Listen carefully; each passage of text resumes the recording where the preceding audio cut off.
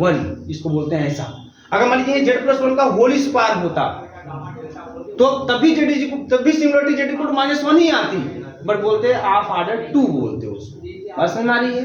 इस ऑर्डर का मतलब होता है कहां पर यूज होगा इसका, कॉची इंटीग्रल फार्मूला में। अगर कोई singularity as a pole curve, close contour curve या जो भी है उसके अंदर लाई कर रहा है, उसका ऑर्डर भी देखना होता है कि कितने ऑर्डर का है ना, 1 ऑर्डर का है या 2 ऑर्डर का है, 3 ऑर्डर का है, उसके अकॉर्डिंग फार्मूला उसका चेंज होता है। बात समझ में आ रही है?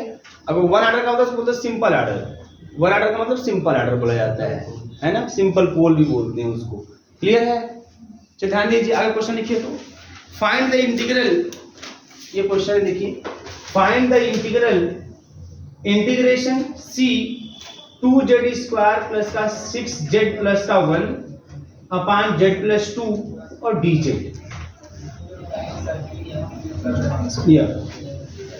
इंटीग्रेशन c 2z² प्लस का 6z प्लस का 1 अपान z+2 dz। ठीक है, अब इसके लिए आगे लिखिए where c is the circle, where c is the circle, c एक सर्किल है और क्या दिया है भाई, c इज द सर्किल में, c is the circle mod z is equal to 3/2, ये सर्किल दिया है। इसकी वैल्यू आपको निकालनी है, यही क्वेश्चन दे दिया कि यही सॉल्व कीजिए, और जहां पे c एक सर्किल है और mod z इक्वल टू क्या दिया है 3/2। ठीक है, तो बहुत ही सामान्य सी बात है। सिंगुलरिटी ग्रुप में क्या होगा, लिखेंगे for singularity z+2 is equal to 0, तो z इज इक्वल टू -2, तो यहाँ पे z इक्वल टू -2 सिंगुलरिटी है, जो सिंपल पोल है एक्चुअल में, यानी सिंगुलरिटी। अब -2 यहाँ रखोगे 3/2 से ग्रेटर आएगा, क्योंकि मॉड -2 मतलब +2, 2 की वैल्यू से ज्यादा है। अब ऐसे में अगर ड्रा करोगे तो जो सर्कल आएगा उसका सेंटर 0 0, रेडियस 3/2 आएगा, तो 2 जब भी आएगा तो बाहर आएगा।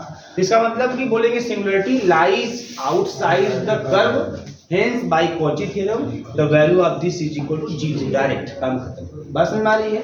ये चीजें नोट कर लीजिए, आप कर लीजिए, कर लेंगे ना, कैसा कॉची थ्योरम होता है ना। बस आपको सिंगुलरिटी देखनी होती है, अगर बाहर हो गया डायरेक्ट 0 हो गया। ऐसे क्वेश्चन अक्सर करके है ना आते रहते हैं एग्जामों में, एमसीक्यू में तो 100% आते हैं, क्योंकि ऐसे ही लगाना नंबर डायरेक्ट बता दें, दिख जाता है ऑटोमेटिकली कि बाहर है कि अंदर है, कोई समस्या नहीं है।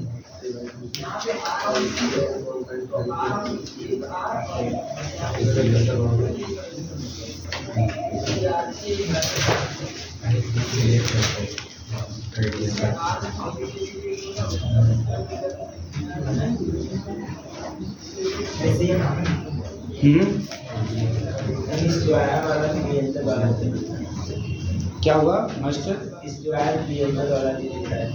हाँ, स्क्वायर वाला सब लग जाएगा। हाँ, सबर करिए ना।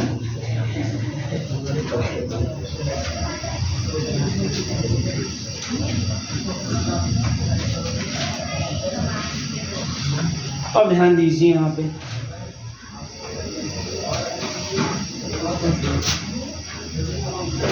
मिटाए इसको।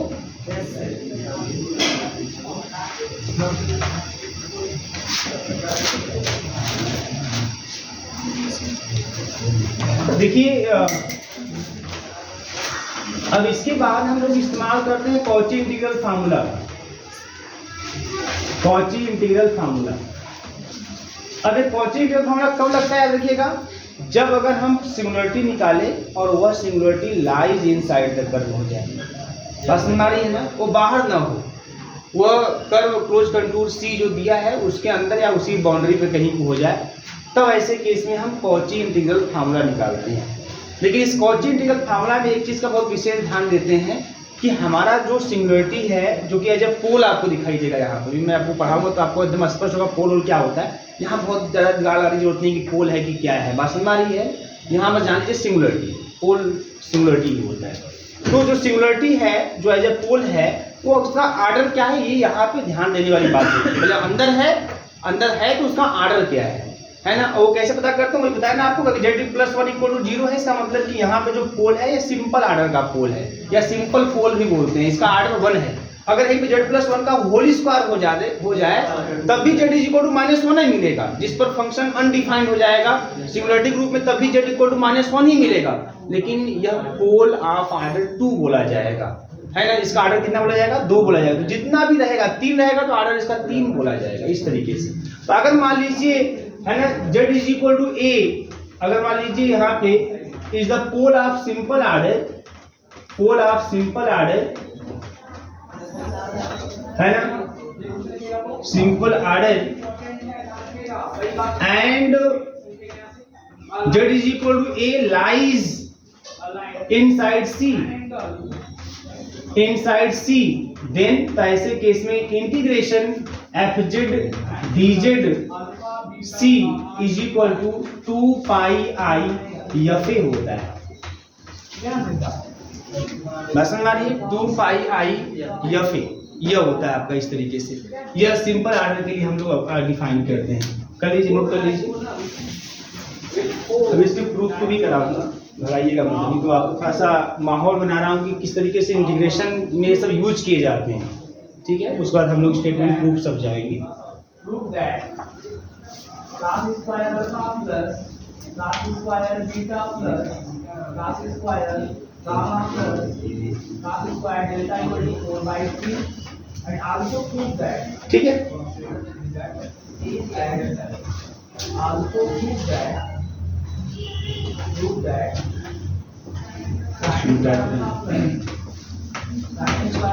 अब इसी के जस्ट बाद हम लोग बात करेंगे। अगर मान लीजिए हमारा जो पोल हो हायर ऑर्डर का हो, तब उसका ऑर्डर 2 हो, उसका ऑर्डर 3 हो, 4 हो, तब ऐसे केस में हम लोग यहाँ पे और फार्मूले देखेंगे, है ना, उसको भी देख लीजिए। जैसे मान लीजिए ऐसा हो कुछ, if z is equal to a is the pole of order n, वो ऑर्डर n का पोल हो, तब ऐसे केस में लिखा जाता है F N A is equal to factorial n upon 2 pi i integration c F Z upon Z minus A to the power n+1 और dz। अब यहीं पे जैसे मान लीजिए अगर ऑर्डर जो हो 2 हो, अगर ऑर्डर जो हो पोल का वो अगर 2 हो, बात समझ आ रही है, तो ऐसे केस में यहाँ पे क्या कर देंगे, यहाँ 2 कर देंगे, ठीक है ना, बात समझ आ रही है ना। अगर 3 रहेगा 3, मतलब यही n के स्थान पे खाली आप करते जाओगे, खाली n के स्थान पे आप करते जाओगे और कुछ नहीं करना है। लेकिन यहाँ कोई n+1 है, एक मिनट, ऑर्डर अगर 2 बोला जाएगा, वो ध्यान समझिएगा, ऑर्डर 2 बोला जाएगा तो देन n की वैल्यू 1 होगी, तो यहाँ 2 कैसे आएगा, जब n की वैल्यू 1 होगी, तो ऑर्डर जब 2 होगा तो n की वैल्यू 1 होगी, तो ऐसे केस में हो जाएगा f डैश a, यहाँ f डैश a एक ही होगा ना n की value, f dash a is equal to यहाँ पे n की वैल्यू 1, तो फैक्टोरियल 1 अपॉन 2 पाई आई, है ना, और इंटीग्रेशन एफ जेड अपॉन, ठीक है ना, Z minus A to the power 2 और ए, क्लियर है। इस तरीके से ऐसे ही मान लीजिएगा ऑर्डर 3 रहा, तब ऑर्डर 3 रहा तो n इज इक्वल टू क्या हो जाएगा, 2 हो जाएगा, तो ऐसे केस में f डबल डैश बोला जाएगा, यहाँ पे f double dash a is equal to factorial 2 upon 2 pi आई, ठीक है, और integration c F Z upon Z minus का a टू दी पावर 3 और dz। ये कहानी होती है, क्लियर है। ऐसे इस्तेमाल कर, नोट कर लीजिए, फिर तुरंत क्वेश्चन करिए, बहुत इजीली क्वेश्चन भी सॉल्व हो जाएगा, कोई समस्या नहीं आएगी। देखो एक चीज यहाँ छूटा है, ये रहेगा बेटा, अपान में सिंपल ऑर्डर का पोल है ना, तो रहेगा ना अपान में, तब ना लगाएंगे आप।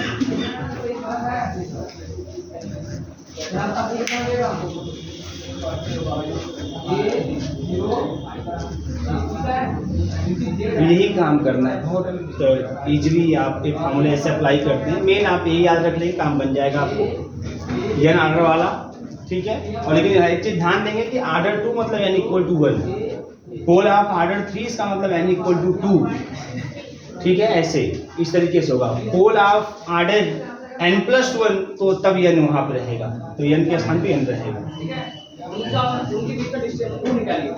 अक्सर क्वेश्चन जो आपको दिए जाएंगे ना वो सिंपल आर्डर का होगा या तो आर्डर 2 का होगा, ऐसे करके होगा। बहुत डेरिवेटिव नहीं भागेगा, क्योंकि जितना ज़्यादा वैल्यू बढ़ेगा उतना बार इसको डिफरेंशिएट करना होगा। ठीक है, अभी मैं आपको एक क्वेश्चन करके दिखाता हूँ। ठीक है ना मास्टर? अरे देखिए कैसे क्वेश्चन इसमें आते हैं, कैसे सॉल्व करना पड़ता है। उसके बाद कोई समस्या नहीं, आप इजीली सॉल्व कर लेंगे। ये छोटा क्वेश्चन लिखिएगा आप।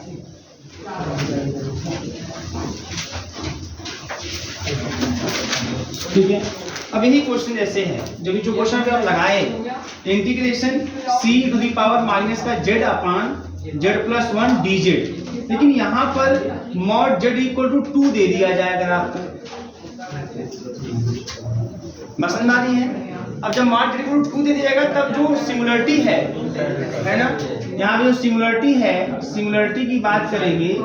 सिमिलरिटी तो यह हो जाएगा z+1 is equal to 0, z is equal to -1, यहीं रख देंगे -1, तो 1 इज लेस देन 2 हो जाएगा। इसका मतलब z equal to -1 lies inside, या इनसाइड हो गया, इनसाइड c के अंदर लाई कर गया। तो इसका मतलब एक कॉची थ्योरम से सॉल्व नहीं होगा, ये कॉची इंटीग्रल फार्मूला से सॉल्व होगा। बात समझ आ रही? अच्छा, और साथ ही साथ यह सिंपल पोल है, इसका ऑर्डर कितना है? 1 है, पावर कितना? 1 है ना यहाँ पे। ये सिंपल आर्डर का पोल है, तो सिंपल आर्डर का पोल फार्मूला आपका ये लग जाएगा, बहुत ही सिंपल तरीके से। अब उससे कंपेयर करो, बताओ ये z की वैल्यू क्या है, अपने से बताओ। इसको इससे कंपेयर कर दो, तो z इक्वल टू खाली है e के पावर माइनस का z, यही ना है? कंपेयर कर दो खाली, f z equal to e power minus का z। अब क्या चाहिए आपको? f a चाहिए। a मतलब समझ लो क्या है? a क्या है? a इज द पोल, यहाँ पोल कितना है? -1। तो यफ ए का मतलब f-1, बोलो, है ना? ए कितना हो जाएगा? e टू दी पावर -1, मतलब 1/e, इतना हो गया, खत्म कहानी। Integration c e to the power minus का z अपान z+1, मतलब fz dz अपान z-a, है ना, बराबर 2πi f a। आंसर कहाँ पे? यहाँ पे। अच्छा -1, हाँ यहाँ माइनस है तो +1 हो जाएगा भैया, तो ये ईयर रहेगा। ठीक है ना? तो ये रहेगा 2πi × खत्म कहानी। समझ में आ रही है? यही काम करना होता। हाँ, ऑर्डर बढ़ेगा उसका तो क्या करना होगा? समझ लीजिए ऑर्डर 2 का होता, ध्यान देना, अगर ऑर्डर 2 का होता तो इस f को पहले डिफरेंशिएट करना होगा। ऑर्डर 2 के लिए देखो यही चीज है, f' तो हो जाएगा 2πi × f'। तो f' कैसे निकलता? f को पहले डिफरेंशिएट करते, f' निकालते, और फिर उस f' में z इक्वल टू रख देते, तो f' मिल जाता, और फिर उसी से बस इस पूरे की वैल्यू क्या आती? 2πi × f'। खत्म हो जाता। जितना ज्यादा ऑर्डर का रहेगा, है ना, f को उतनी बार डिफरेंशिएट कर देगा, और फिर जितनी बार डिफरेंशिएट करने की जरूरत होगी करने के बाद z इक्वल टू रख दीजिएगा, 2πi से गुणा, आंसर, काम खत्म। यही सब बातें, ऐसे क्वेश्चन। ठीक है, और कल हम इसका स्टेटमेंट और प्रूफ दोनों की बातें करेंगे।